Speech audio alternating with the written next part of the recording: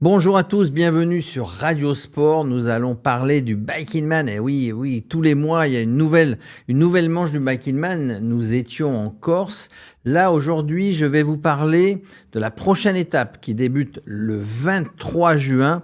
Ça sera dans les Alpes-Maritimes avec un départ à Valberg. Alors, pour vous parler de cette nouvelle manche, bien sûr, Axel Carion qui va nous décrire cette manche qui se passera sur les Alpes-Maritimes, mais pas que. On va passer à Barcelonnette, peut-être ou pas le col de la Bonnette. Ça dépend des conditions météorologiques. Nous allons recevoir donc Axel.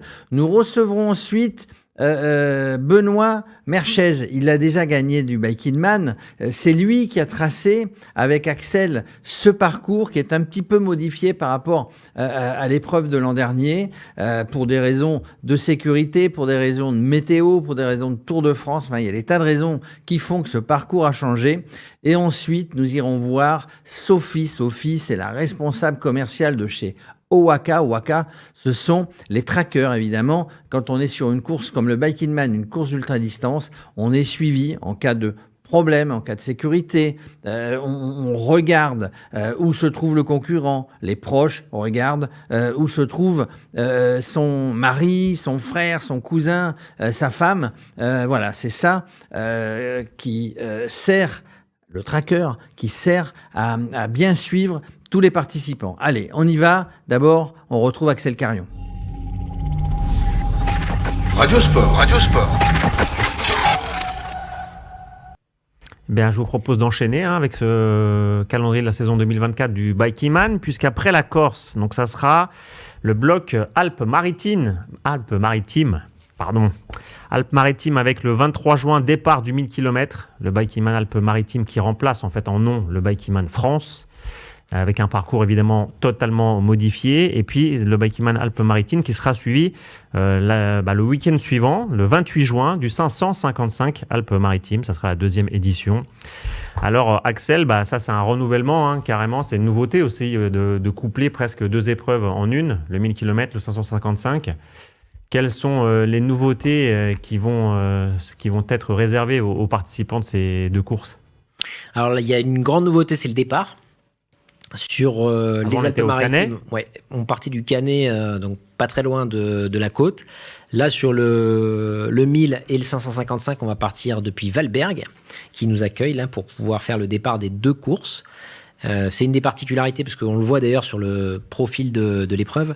Alors là, en l'occurrence, pour l'instant, ce que je vois, c'est le 555, mais le profil du 1000, on est tout de suite presque en haute altitude, parce qu'on part à plus de 1500 mètres d'altitude. C'est une des spécificités qu'on veut donner à ce Bike in Man Alpes-Maritimes, puisque les Alpes-Maritimes, à mon sens, quand tu fais le parcours du 1000. Quand tu fais du vélo, tu retiens d'abord les Alpes plus que le maritime, parce que souvent, notamment à cette période fin juin, il y a du monde sur le bord de mer, alors que dans les montagnes, il n'y a absolument personne, et que c'est clairement l'objet qui a été donné et le but de cette trace, c'est de faire découvrir toute la partie alpine avec une dualité pour le coup franco-italienne, et je remercie d'ailleurs Benoît Merchez s'il nous écoute, je suis sûr qu'il est connecté. Il est là Benoît Merchez. Il est derrière les planches de celui qui a bien bossé sur le parcours, parce que il faut le préciser aussi, moi je ne travaille pas seul sur les parcours, il y a souvent la communauté qui interagit, qui nous propose des choses, des modifications. Et Benoît est à l'origine de l'idée justement d'aller chercher cette dualité franco-italienne. Valberg traverse la frontière là, c'est sûr. Ouais, c'est sûr. Nouveauté. On va avoir, par rapport au Bike in Man France de l'année dernière, les Alpes-Maritimes, c'est un focus Alpes et Alpes franco-italiennes. Donc on part de Valberg, on va avoir, et on le voit sur la courbe de niveau, on a plus de 6 cols à plus de 2000 mètres d'altitude. Sans trahir de secret, ce qu'il faut retenir, il y a des noms connus que je vais livrer, parce qu'on les voit dans la partie nord du parcours. On va chercher à aller collecter un collier de col qui est très difficile à aller chercher. C'est Finestre, Vaquera et Foniera, pour ensuite rebasculer côté Alpes-Maritimes, notamment dans un secteur que j'aime beaucoup, et que Sébastien Pailly, s'il nous écoute, aime aussi, parce qu'il est basé à Nice, parce qu'on va aller chercher Moutières, le col de Buis, le col de Turini et le col de Saint-Martin. Donc le final, en fait, pour rejoindre Valberg va être absolument merveilleux, parce qu'il va être très proche notamment d'une étape du Tour, qui avait eu le col de Saint-Martin et le col de Turini comme arrivée. Donc on va vraiment avoir un parcours qui aura du coup une forme nord-sud et non pas une forme de ballon de rugby comme on avait avant, et focalisé sur les Alpes franco-italiennes pour aller collecter finalement ce collier de col mythique, parce que à ma connaissance, c'est la seule trace qui permet de rejoindre toutes ces ascensions mythiques sur un seul parcours. Merveilleux, mais difficile aussi. On va être sur un parcours. Alors, faut pas regarder le dénivelé positif actuel parce que. Mais quand je vois tous les petits carrés rouges sur la carte, je vous le rappelle, ces petits carrés rouges, c'est les cols. C'est les ascensions. Donc ça fait beaucoup de cols Oui, quand même. Mais on démarre en descente, si j'ai bien compris. Et si je vois Ça démarre par une belle descente. Puisqu'on est à 1000 mètres, on va commencer par descendre. Ouais, mais je vois qu'il y a Fred Monet, qui pose la question que tout le monde se pose. Et avec Benoît d'ailleurs qui interagit. Benoît Mercier, je te remercie. Les 4 fantastiques, Fonira, Lombard, Moutière et Alos. Ça, c'est au programme. Éric Merle, le Turini, Tour de Lotion, non, ça on n'a pas ajouté parce que sinon ce serait trop compliqué.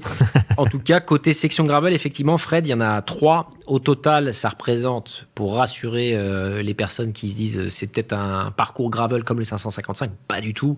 Le Bikingman Alpes-Maritimes, c'est un parcours qui se fait avec un vélo de route. Ça passe en pneus de 25, en pneus de 28. Il y a 20 km exactement de portions gravel. Elles sont carrossables et bien roulantes. Donc, faut pas venir avec un vélo gravel. On a juste ajouté ces dimensions gravel parce que c'est des cols qui sont absolument mythiques. Celles et ceux qui me connaissent, et tu étais là sur le Bikingman X de 2022, on avait gravi la Moutière, qui est un col exceptionnel qui permet de redécouvrir le col de la Bonnette. Et bien là, c'est aussi le but, c'est de pouvoir basculer côté italien en allant chercher notamment Finestre qui est majestueux. Donc avec un vélo de route, ça passe. Je pense qu'on va être au global sur la trace finale sur un 1000 km avec 20 000 mètres de dénivelé positif, donc conforme aux standards qu'on avait jusqu'à présent sur les 3 dernières années du France. Quelques questions justement de logistique. Est-ce que c'est facile de se loger, hôtel, appartement à trouver sur Valberg justement, puisqu'on arrive le samedi en général. Tout à fait. Et donc la deuxième question qui est liée, mais c'est sur toutes les courses. Ça part le dimanche à 12h maintenant ? Bien, c'est bien. Il y en a qui sont attentifs. Bravo. Il y en a qui sont attentifs. Merci la communauté. C'est bien. Donc côté logistique à Valberg, mais c'est une station extraordinaire. Il y a des super bons restos. On peut camper sur place. On peut venir avec un van. On peut dormir dans son van. On peut sinon dormir au chaud, soit dans un des logements de l'office de tourisme, soit dans un des hôtels. Il y a tout ce qu'il faut. C'est une station qui a l'habitude d'accueillir beaucoup de personnes de la Riviera niçoise. Et donc il y a tout ce qu'il faut sur place. Et généralement, quand on arrive à Valberg, on y arrive soit par les gorges d'Aluy, qui sont exceptionnelles, soit, je me souviens plus du nom, mais je vais le retrouver, mais l'accès à Valberg est exceptionnel en fait, parce qu'on doit pénétrer en fait par 3 zones. Soit c'est la Cailleule, et auquel cas c'est la Couilleule, pardon, et c'est un col et c'est très difficile. Soit c'est d'Aluy. Bon, on est dans un cadre qui est dans un écran de nature qui est vraiment spécial. Juste précision, parce qu'il y en a qui disent Italie-France, c'est comme le Tour de France 2024. Tu parles de la Couilleule, je crois qu'il y a une arrivée d'une étape ou un passage à la Couilleule, l'avant-dernière étape peut-être. Et d'ailleurs, ils vont galérer. Ils vont galérer. Il est très très dur.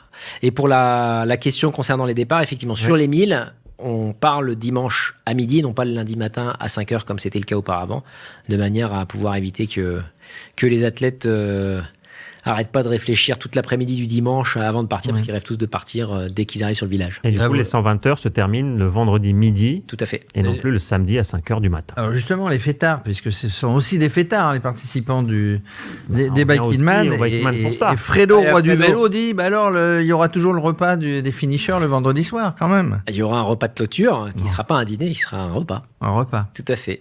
En milieu d'après-midi, ouais. Ils sont rassurés.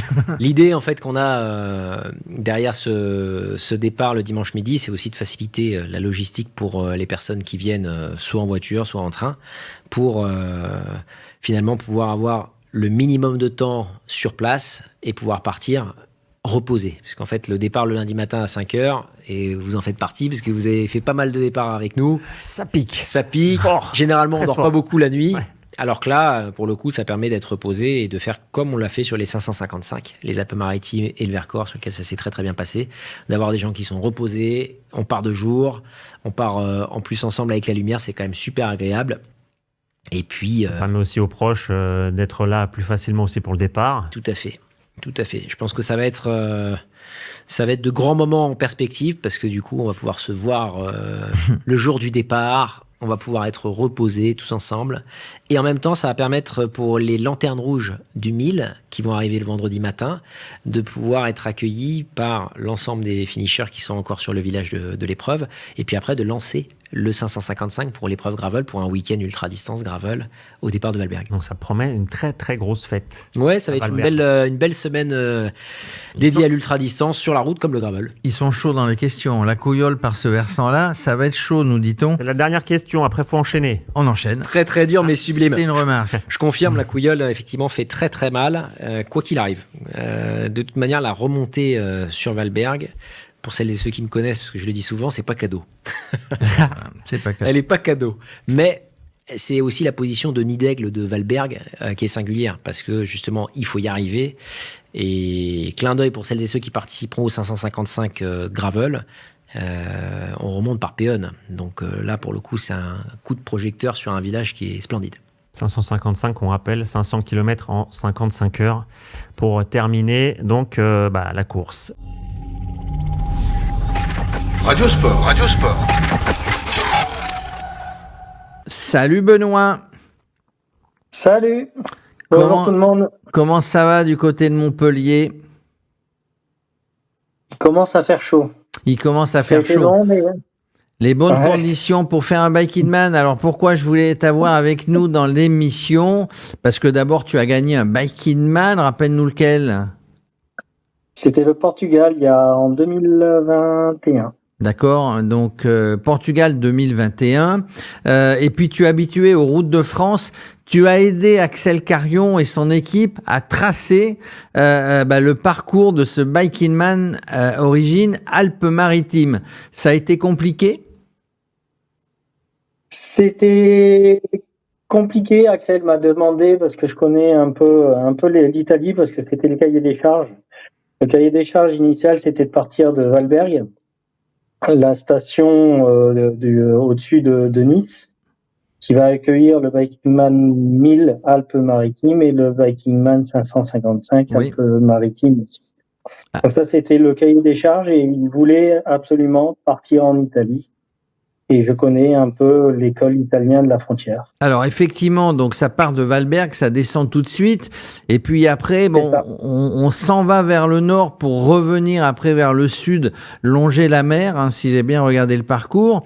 Donc ce parcours, il a été dessiné quand? On parle pas encore des modifications, parce que tu vas nous dire qu'il y a des modifications.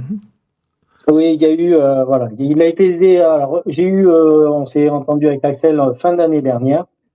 Et grosso modo, lui, il a été pondu en début d'année. Voilà. En début d'année, parce que vous connaissez tous les deux les routes, évidemment. Par contre, il a été modifié là au dernier moment parce qu'il y a un col, tu vas nous le dire, où on ne passe pas. Il y a le col de la Bonnette où il y a encore peut-être de la neige. C'est ça. Alors, il y a eu des petites modifications.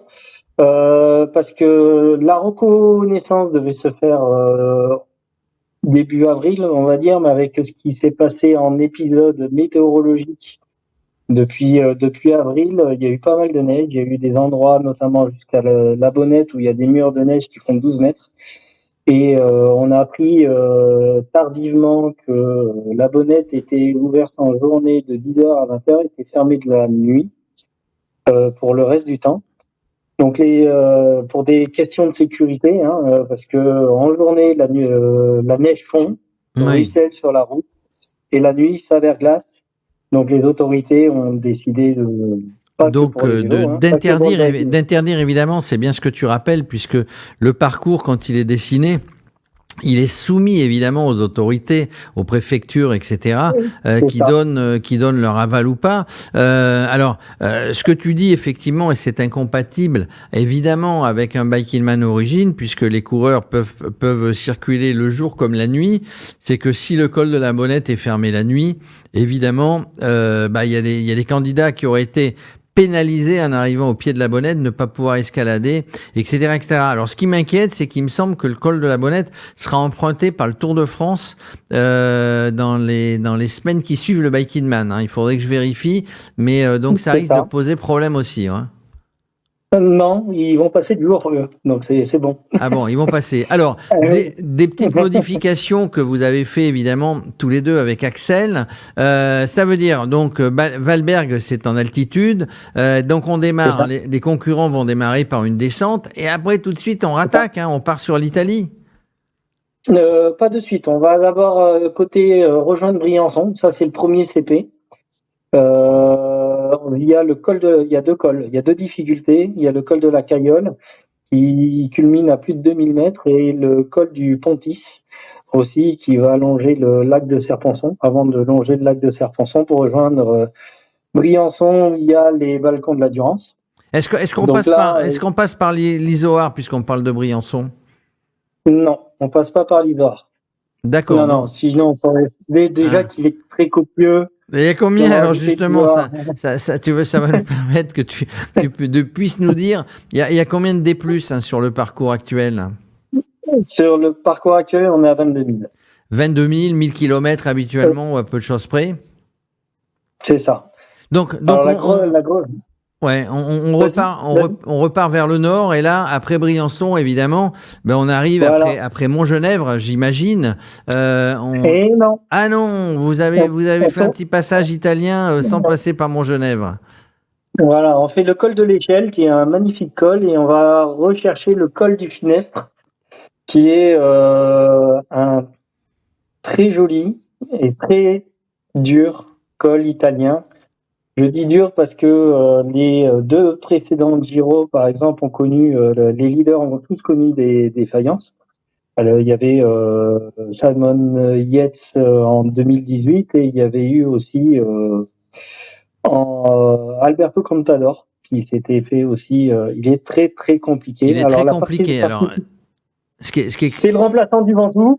C'est le remplaçant du Ventoux, puisqu'avant, alors le Bike in Man origine qui était couru à cette période-là était ce qu'on appelait le Bike in Man France avec un passage au Ventoux, mais on ne perd pas au change avec tout ce qui est en train de nous citer. Col de l'Échelle, sympa, par la vallée de Nevache, je crois de mémoire en quittant Briançon. Il y a un bon petit restaurant là-bas, mais vous, ça vous intéresse pas évidemment tous les coureurs et compétitrices du Bike in Man. Donc on passe en Italie. On se fait l'école dont tu nous as parlé, et puis on revient pour redescendre dans le sud, pour aller faire du bord, enfin pas du bord de mer, mais pas loin.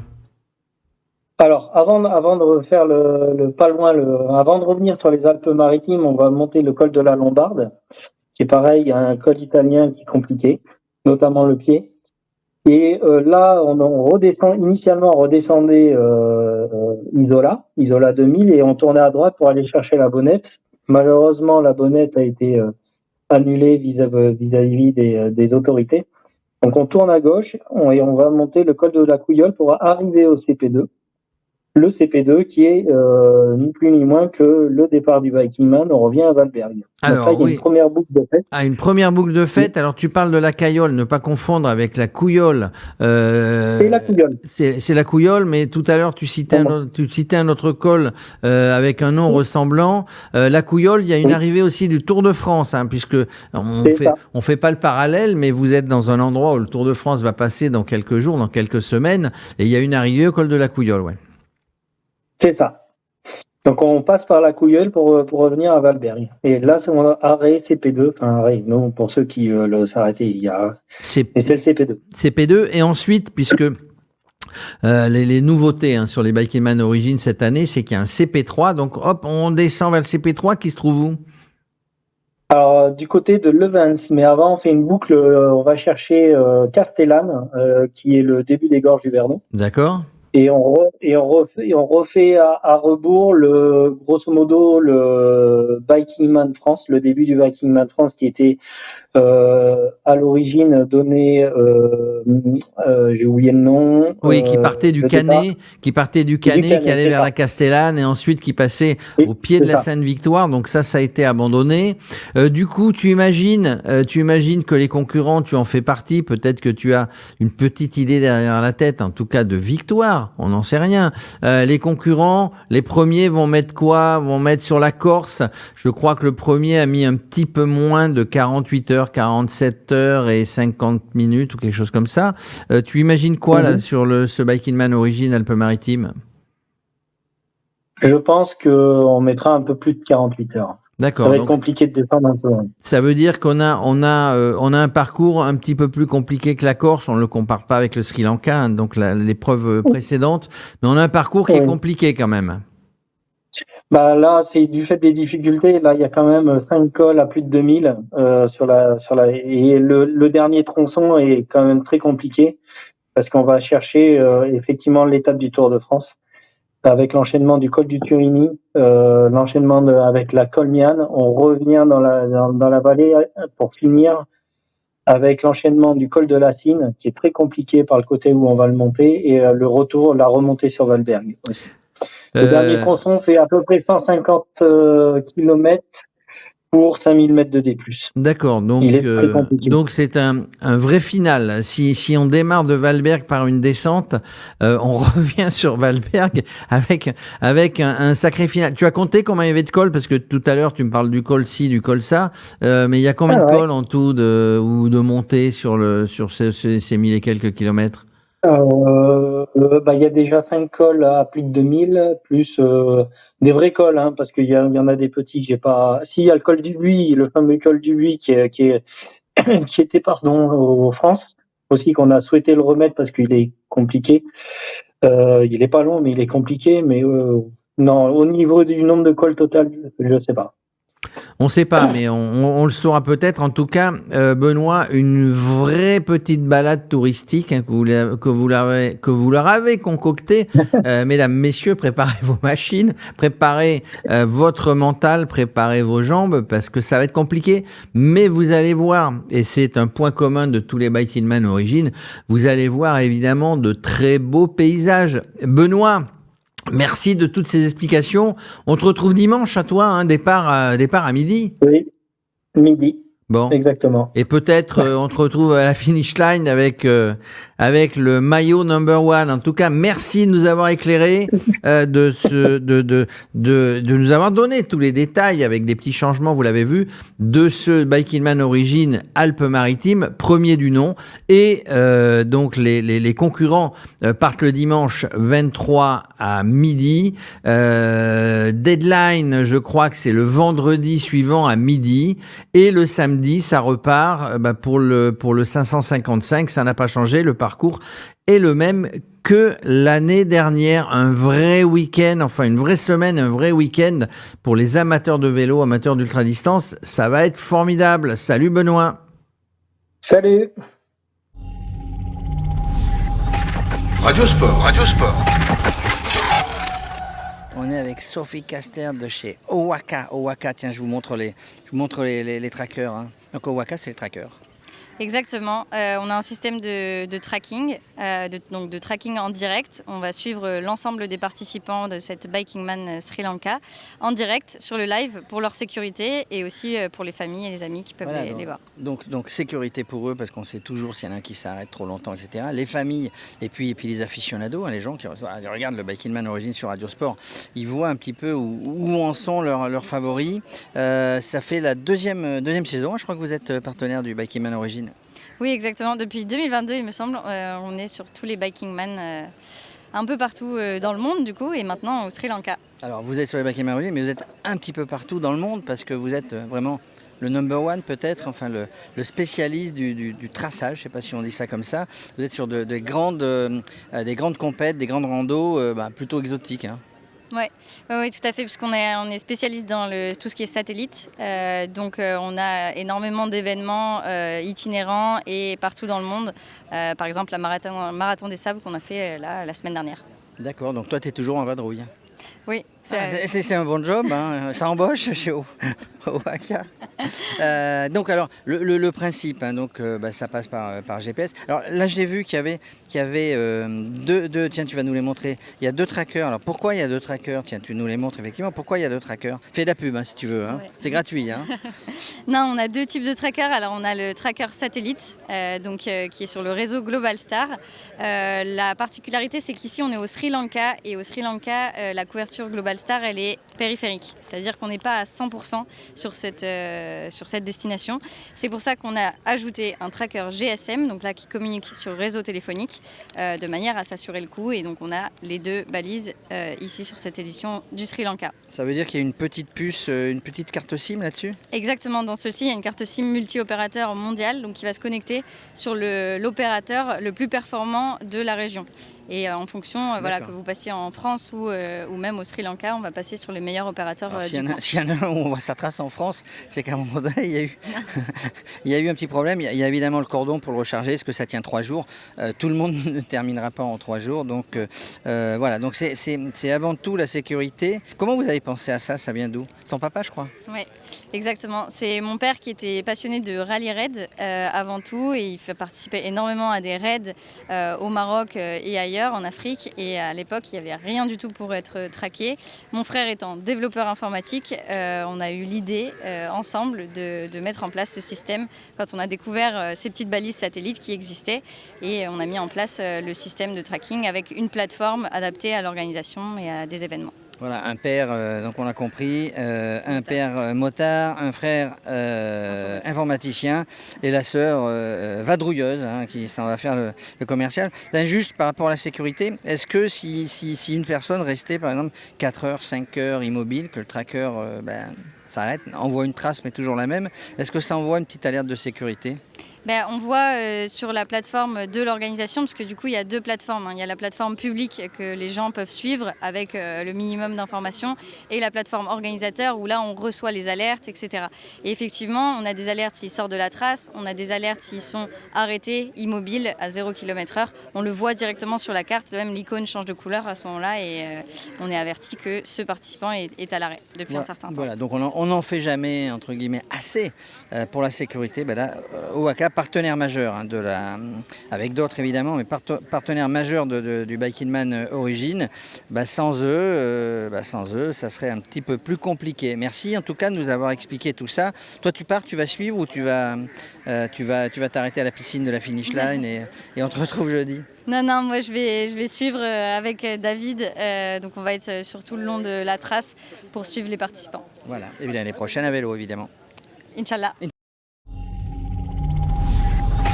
Radio Sport.